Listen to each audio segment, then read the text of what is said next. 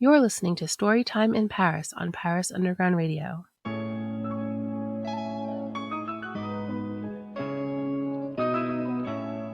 Since well before Victor Hugo looked up at Notre Dame and thought, what if a hunchback lived in there? Authors have been inspired by Paris.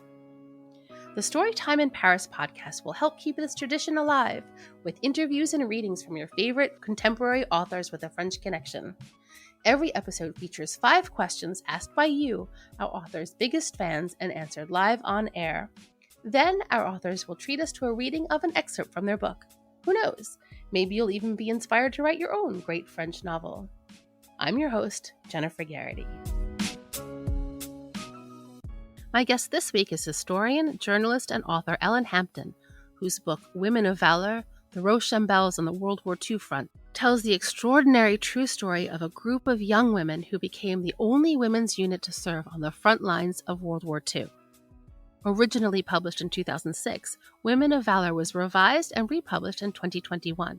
It's a wonderful read, taken mostly from first-hand accounts from the Rochambelles themselves. The French translation will be released for the first time this April. Ellen's second book, Playground for Misunderstanding, was published in 2013, and her next book, Doctors at War, about doctor resistance during the occupation, will be released through LSU Press. Please allow me to introduce Ellen Hampton, author of Women of Valor, The Rochambelles on the World War II Front. Hello, Ellen. Thank you so much for joining me today. Well, thanks for having me. I loved your book. I thought it was fabulous and so well written, and I felt it was like a visceral experience. I got to sort of fight along with these women the whole way. But before we get too far into that, can you tell us a little bit about who you are and about this book? Well, I was a journalist first in my first career, and I met my husband in Latin America where we were working, and we got married and moved to France. We were in Managua, Nicaragua, and he said, "Do you want to move to Paris?" And there's only one answer to that question. So yes, we moved to Paris, and I've been there almost 30 years. So I ended up going back to school and getting a PhD in history, and I taught for a bit at Sciences Po, history, a lot of cultural history, different histories. And now I'm writing, and I had written this book particularly in the middle of getting my PhD. It was published in 2006 for the first time by Palgrave Macmillan. And this new edition has come out just this past year in April of 2021 with McFarland Publishers in North Carolina. And I'm just thrilled that it's out again. And it's getting a different reception this time, which has been fascinating to watch. There's a lot more enthusiasm about it. Whereas the first version, I don't know. I mean, people liked it. It didn't change much, between the two, a few little corrections here and there. But this time there's just a lot of enthusiasm that I'm delighted to see. That's really interesting. I think maybe it would be useful to define the Rochambelles. Can you tell us who they were for people who aren't aware? Sure. It was a group. First, it's the Rochambeau group, the group Rochambeau, that was organized in New York City in 1943 by a wealthy American widow named Florence Conrad. She had driven an ambulance in 1939-40 during the collapse, the Battle of France. And she believed that if she could organize women to drive the ambulances, it would free men up to fight, and that France needed it. She had lived abroad. She had lived in France for most of her life. I'll say she's born in Montana. Her grandson got in touch with me not long ago.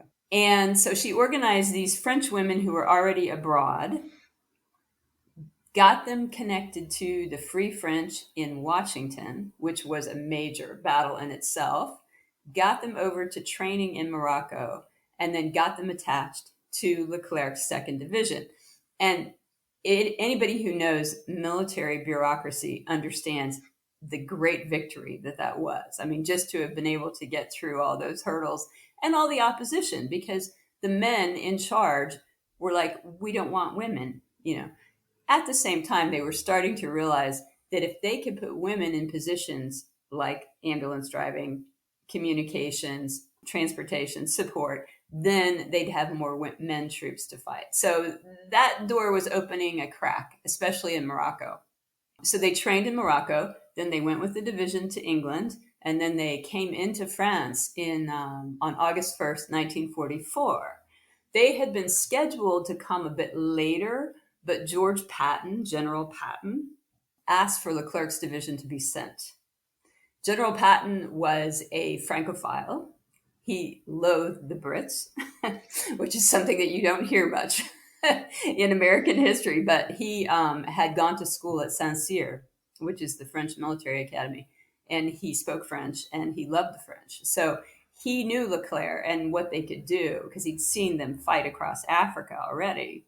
So he brought them in, and the Rochambelles came with, and they went through the entire battle from Normandy to Berchtesgaden in Germany.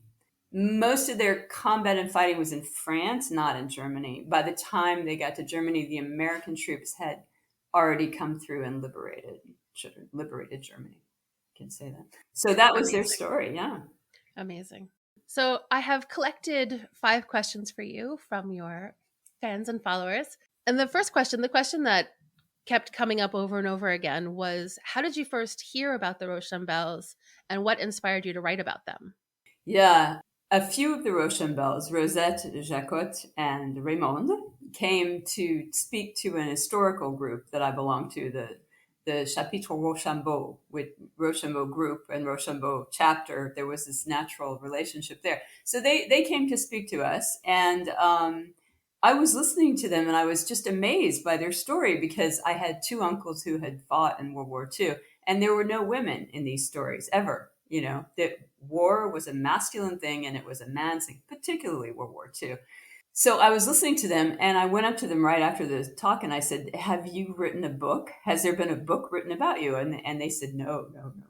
So I spent the next few years interviewing the 3 of them, plus altogether I interviewed a dozen different Rochambelles and just listened to them. Also, you have to realize that by this time, this is the late 90s, early aughts, they are in their 80s and 90s. And so an interview can last an hour at the most. And then, they get tired and you don't want to. I mean, it was funny by the end when Jacqueline Fournier said, Ellen, you pressed me like a lemon, which I just laughed because it was true, because she would tell me something and then I would be like, well, how did that happen? And what happened then? And wait, was it at this point that you thought that, and I was really just analyzing down to the last details.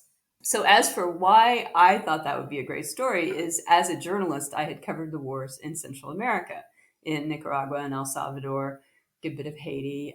And so I knew, I'd gone out with the army in Nicaragua a bit. So I knew how hard it was to go out with the army, with an infantry battalion on patrol. Of course, it's nothing. The wars in Central America were nothing compared to World War II. I mean, it's just a little fraction of it. But the experience itself was enough to teach me that it was hard and it's not friendly to females. Not really. Although in Nicaragua, a lot of the soldiers were also women. Oh, really? Yeah, the Sandinista army, not the Contras. But so I knew about these things. And when they talked about different aspects of living with an army battalion or a division for them, I could really imagine it, the shoes. I wrote a blog on my website about that whole aspect of why I became interested in it, if anybody wants to read more detail. But so I had that experience, and I could imagine their situations in ways that perhaps someone who did not have that experience wouldn't be able to wonder about, how did that go? How did that go? So I kept going, interviewing them on their experiences and everything that had happened to them. And it was just a joy, just a joy. I'm so glad I did it. Yeah. Can you tell us a little bit about the research that you did for the book? And particularly since you got to have these firsthand accounts, what surprised you most about the Rochambelles that you met? Well, they were just astounding. Because by the time I met them, they were little old ladies, and they were very proper and very correct. And then you get them talking about when they were young, and they were pretty wild. They did what people didn't do. They just walked out and confronted with incredible situations. They managed it. They dealt with it. They found courage, they found audacity, they did all those things. So there was this sort of conflict of being very polite and interviewing a nice little old lady, and then trying to reach down to that incredibly steel-plated woman of yore, the women they were when they were young. In terms of research, mostly it's an oral history. It's their story. So there wasn't that much to do. What I did do was at the documentation center, sorry, I almost said that in French, of the Musée de la Libération is basically the repository of the 2nd Armored Division's history is there. And so the Rochambelles are part of that. And they have some fabulous photographs and documentation. So I did go through that. And I read the memoirs that were published by men in the 2nd Armored Division to see what they had to say about the women. And some of them were just great. Jacques de Vitas wrote one called L'Odyssée, and he's very funny. He's just hilarious when you read him. And then others had things to say. There were still a couple of the men who were still alive who had been in the 13th Medical Battalion, Dr. Chauliac, Francois Jacob. And so I interviewed them as well. At the same time, these are people who are getting a good bit older, and their memories are fading. So the main challenge of that was getting them back to the moment of the war, especially the Rochambelles. Were they pretty forthcoming? Yes, they were delighted to talk about that time period. At the same time, having told the story over their lives, they had developed a kind of a narrative and this is a problem with oral history in general, especially when you're interviewing people towards, many years after the fact. They have shaped what happened to them or what they did into a narrative. And it was my job to break that narrative and get back to what actually happened, or their memory of what actually happened, rather than the nice, neatly tied up narrative that they had come up with. Yeah, very interesting. How aware you talk about this a little bit in your book, but how aware were the families of the different women of what they were doing? Not. Yeah. I'm pretty sure that they had no idea. Rosette talks about it a little bit because she wrote letters, and she let me use her letters in the book, which was very kind. And so the letters never talk about danger or sadness or the violence or anything difficult. She talks about the funny moments, because there were, it's always a mix of terrible and hilarious yeah. And so she writes a very edited version to her family about what she's doing. Marie-Thérèse Pizet did the same. She was writing to her father, who was I want to say senator off the top of my head, but he may have just been a congressman. I forget. And so he was having her letters published in the local Brittany newspaper that he represented. And he was telling them all about his daughter. He was very proud of her, but I don't think he realized that she was off getting shot at. I don't think any of them did. No, I mean, I think as any parent, you wouldn't want to know that about your child, but also to have these women at that time period in their early 20s, most of them. Most of them, yeah. Yeah, they were young. I imagine it just wasn't a thing you would even consider. Yeah. Well, that's part of the kind of amazing thing about their story, is that the social expectations for them were very restrictive. As I think it was Rosette said, my mother wouldn't have let me, or it was Danielle maybe. I forget. I get after a while, it all gets mixed up. My mother wouldn't have let me take the train by myself from Paris to Rouen, but they thought it was fine that I was going to drive an ambulance with the 2nd Armored Division. And so this is all these huge, that was Rosette, a huge conflict, social expectations and what they were now doing. And to their credit, they just ran with it. The women who initially joined the group who said, oh, well, I can't do that, were eased out and let go, because that had to be not going on at all in order to do your job. Yeah. There was no time for hesitation in any of these situations. It really wasn't. And, when I think people like Jacqueline Fournier, Jacquot, who was such a sweet, shy, timid, serious woman, she was really not somebody who would throw herself in the way of harm, in harm's way. And she did it. She managed to get herself into a state where she could do it. And that's part of the challenge of war. And I think all soldiers who go to war end up facing that moment of, can I do this? And that's part of the attraction, if I can say that, of war to young men has always been, I want to test my courage. I want to know if I'm a courageous person, if I have any bravery or not. And so those women found out that they really did. And that was a very positive outcome. Does French culture sometimes leave you scratching your head? Well, you might enjoy listening to our sister podcast, Navigating the French, hosted by journalist Emily Monaco. Each episode focuses on a different word in the French language, and Emily is joined by an expert who will help explore what that word says about French culture. Listen now to Navigating the French on ParisUndergroundRadio.com or wherever you listen to podcasts. We'll be right back with Storytime in Paris after a word from our sponsors. And now, back to Storytime in Paris. You talk a lot, obviously having women in the military, there's a lot of conversation around the sexism that they faced. But what I thought was really fascinating was that it seemed like there was a difference between, like, a different flavor of sexism from the American military and the French military. Like, the Americans at first seemed like they were okay with it, and then they pulled back, and then they allowed the women to use their convoy as long as they were the troops were segregated, and they were considered ambulance drivers and not women. Yeah. And then the French military they seemed really closed in the beginning. And then eventually the women were able to earn their trust and their confidence and then were awarded medals. But also there was at least one woman who was buried as a civilian and not as a military woman. So do you have any insight into what these different, I guess, flavors of sexism say about the two different cultures?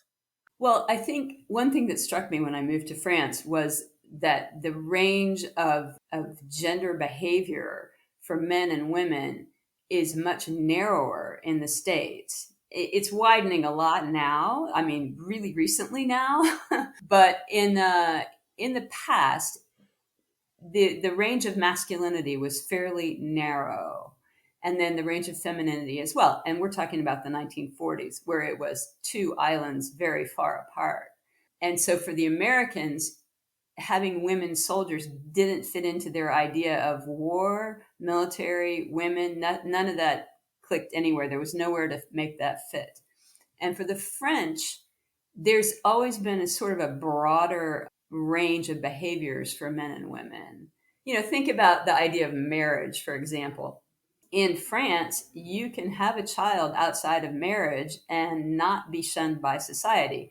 And while in the 1940s that would have been looked down on, it still wouldn't have been the total rejection that an American woman would have if that happened. See, there's a big difference there.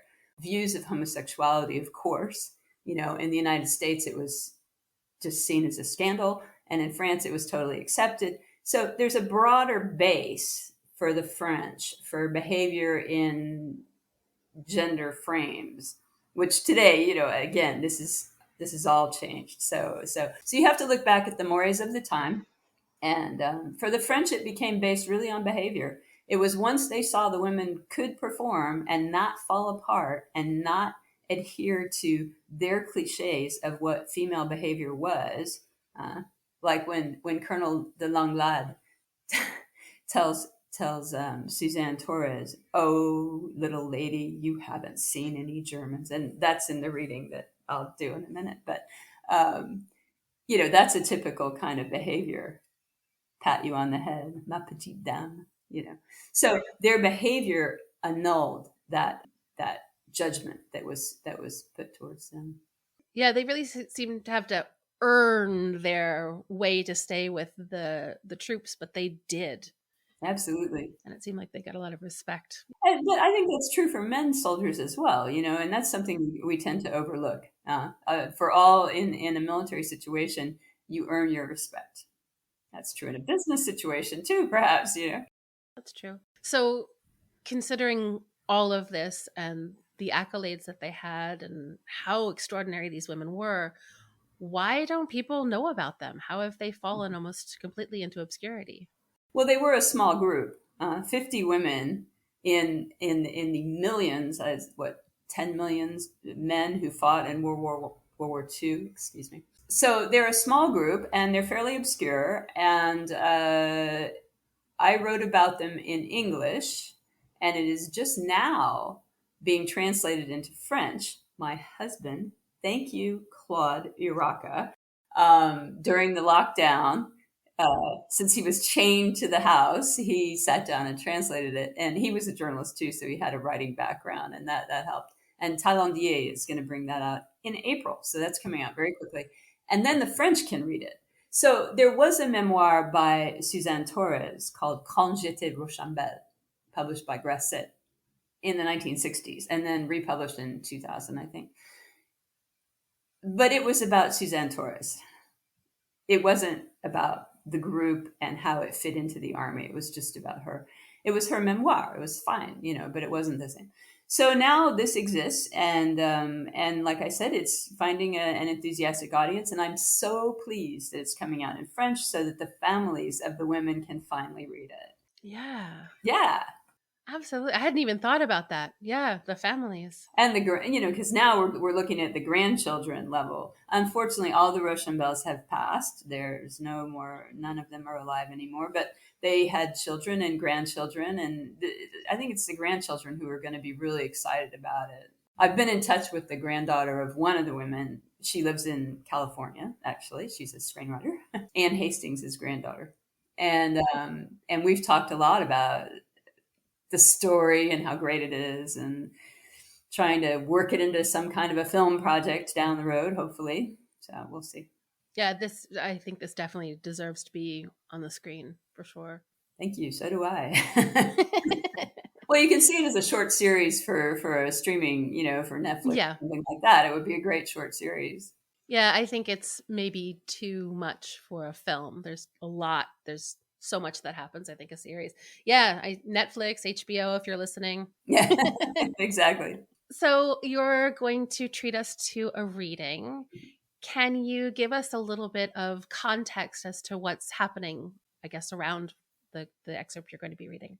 Well, it's during the Battle of Normandy, which, as I said, the Rochambelles were thrown straight into it on August 1st. Now, D-Day happened June 6th, and it took the Allies, this is the Canadians, the Americans, the British, the Polish, almost 3 months to get the Germans out of Normandy. It was an extremely difficult, long, hard battle. So the Rochambelles join in August, and they're going through pushing the German divisions back east, and they run into a panzer division that's trying to flee, basically. And Suzanne Torres, Toto was her nickname. Toto stands them down. So I don't want to give it away, so you'll have to listen. But it's one of many amazing experiences that they have. Toto and Raymond had been working 36 hours with no rest. On August 14th, they led a convoy of a half a dozen ambulances from Sées, where the bombing was intense, to Écouché, where the tactical unit was camped. They were driving a market truck, converted into an ambulance by the Germans and confiscated by the Spahis, marked with a big red cross on the sides, but no national insignia. Night fell before they could reach Écouché, and Christiane Petit insisted that they stop rather than blunder about in the darkness. Toto called a halt in the woods by Saint-Christophe-le-Jajolet. Raymond was so exhausted she was shaking, and she was afraid if Toto saw her trembling, she would cut her from the ranks. Raymond slumped against the ambulance door and fell into a deep sleep. Shortly before dawn, she was awakened by Toto, who murmured that the Germans were there and not to get out of the ambulance. Raymond looked out the windshield to see the hulking dark outline of an enormous panzer just in front of them. A Jewish Austrian doctor on their team, who took the nom de guerre of Valéry when he fled the Nazis, slipped silently from the back of their ambulance into the forest. Toto got out to talk to the German commander. Raymond got out as well, and a German soldier approached her. He said to me, "You know, mademoiselle, war is a sad thing," Raymond recalled. The Panzer was in a convoy of tanks and vehicles covered with soldiers, hanging on every which way they could. The German soldiers began checking the ambulances, and Raymond knew there was a half-track of men doctors and stretcher-bearers at the back of their convoy. Toto stepped in front of the soldiers forcefully, insisting that there were only women ambulance drivers, no need to bother inspecting. Those who knew Toto would have no trouble believing that she could single-handedly stop a panzer division. She had a razor-sharp tongue backed up by steel-plated courage. She nailed everybody, men, women, said Rosette. She was very intimidating. She also was Jewish, and she stood on the edge of the forest in the misty dawn and faced down the Nazi commander, denying him inspection of her ambulances and demanding right of passage. The German commander wanted to take the women prisoner, but there was literally no room in his 6 panzers and 12 armored vehicles, the remains of the 116th Panzer Division. Toto held her ground, insisting that they were neutral non-combatants with the Red Cross. Raymond said the problem both groups faced was that there was no room for either to turn around. The German commander finally agreed to leave them if they would promise not to move for 2 hours. The sun was starting to come up as the German column pulled out past them. Toto and Raymond climbed onto the roof of their truck and saw that the convoy was heading in the direction the Spahi unit had taken the evening before. Christiane remembered that Colonel de Langlade's tactical group was camped nearby at Montmirail and climbed onto the hood of the half-track to lead the convoy of ambulances to safety. It was August 15th, the Catholic celebration of the Assumption, and Christiane had begun praying to the Virgin Mary the minute she saw that panzer. Some of the other drivers thought Toto ought to keep her promise to the Germans and stay put for 2 hours. She shrugged off their reproaches. When they reached the tactical unit encampment, Colonel de Langlade, an officer of the old school whose manners were already smooth as silk in that early morning, told Toto in a patronizing way to calm down. He didn't believe her at all, Raymond said. He told Toto, "You've had a fright, dear lady, but that certainly wasn't the Germans." Commandant Massu, Toto's bridge-playing boyfriend, knew better. Coffee cup in hand, he interrupted before Toto could lose her famous temper in the direction of a superior officer. "If Madame Torres says she saw the Germans, it was the Germans," Massu said. A reconnaissance plane was called to go up and check it out, and German tanks were found trying to hide in a nearby farm courtyard. Toto and Raymond and the rest of their group continued on to Écouché. Are you intimidated by French lingerie, or do you see it as a form of self-expression? Either way, you'll be interested in the Paris Undressed podcast. In each episode, host Kate Kemp-Griffin features interviews with lingerie designers, consumers, and experts to go beyond the seams of the lingerie capital of the world. Listen now to Paris Undressed on Paris Underground Radio or wherever you listen to podcasts. And now, back to Storytime in Paris. Thank you so much for that. So this book will be coming out, you said, in April in French. What else? What's next for you? Are you working on any other books? Well, during the lockdown, as I was chained to my house, I started working on a book about doctors under the Nazi occupation. I've done some work on the history of the American Hospital of Paris. We did a documentary film a couple of years ago, and I had started looking into their World War II history. And then the pandemic hit, and the hospital had other things to do. So I just started looking and came up with all these stories of amazing doctors who, it really spans a group. Some of them were resistance. Some of them went to the maquisards. Some of them were arrested and ended up in Buchenwald and worked as doctors at Buchenwald, not the bad doctors, but helping the patients, helping the very ill people who were there. And one of the doctors who was so interesting is called Robert Debré, and he's the father of Michel Debré, who becomes the prime minister. Anyway, it's a very well-known family in France, and there's a love story involved, and so there was just so many elements that I couldn't say no. So I wrote it, and it's going to come out with Louisiana State University Press in English, and my husband is busy translating it. So hopefully that'll be out the next few years. Yeah. Amazing. Is it just about French doctors during the occupation? Well, we have one American doctor who worked for the American hospital. There were a couple of American doctors around and involved during the occupation, but most Americans left or they were interned in the internment camp at Compiègne. Oh. So there was an American section there, which is very interesting. It's yeah, that's a whole nother story. Don't get me started. I'll have you back on when that book comes out. Yeah, there you go. Yeah. So there are quite a few American angles from just the fact that the Americans were there when the Nazis took over Paris. The U.S. ambassador William Bullitt handled the negotiations for the French government at that point because the Americans were neutral. And then there's the American Hospital of Paris and some American doctors. So it weaves in and out. I think there's enough interest by Americans. And then there's also this incredible echo of what's happening today with the pandemic, because one of the problems that they had at that time was the conflict between what the government was saying and what public health was saying. And the doctors were caught in the middle of that. We want to do what's best for the people, not for the economy. And so you said, the economy, that was not their problem in World War II. But anyway, so there's this echo of what was going on, and one that I felt would be of interest. How did doctors stand up against in a very difficult situation back then? And the answers are interesting, I think. So we'll see.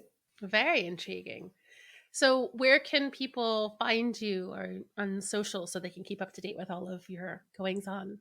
Well, I'm on Twitter at Ellen Hampton, which is easy. I have a website, ellenhamptonbooks.com, where I post, because I do a lot of journalistic writing. I do a lot of writing for Military History Magazine and history.net. So I post articles there when I write them, an occasional blog. And that's it. I'm not on Facebook. I fled. Sorry. Well, I'll post links to everything for you so people can find you really easily. Okay, there you go. Thank you. Really appreciate it. Thank you so much. This has been great fun. I loved your book. I love this conversation. Thank you so much. Thank you, Jennifer. Appreciate it. Thank you again to Ellen Hampton for such a wonderful conversation. You can find Ellen on her website, ellenhamptonbooks.com, and on Twitter at Ellen Hampton. Please join me next week when, following the tradition of last season's Halloween special, I'll be speaking with the channeled spirit of Amandine Lucille Aurore Dupin, better known as George Sand, for La Journée des Femmes, or Women's Day. Check back to see if your questions have been answered and to hear a reading from her book, The Devil's Pool. Thank you for listening to Storytime in Paris. If you liked this episode, please consider leaving a rating or review and subscribe so you never miss another episode. I'm your host, Jennifer Garrity, and you can find me on all socials at Jennyphoria, JENNYPHORIA, and on my website, jennyphoria.com. Storytime in Paris is produced by me as part of the Paris Underground Radio Podcast Network. To check out interviews with previous guests, or to discover more great Paris-based podcasts, please visit parisundergroundradio.com. This episode of Storytime in Paris was produced by Jennifer Garrity for Paris Underground Radio. For more on this show and shows like it, please visit parisundergroundradio.com.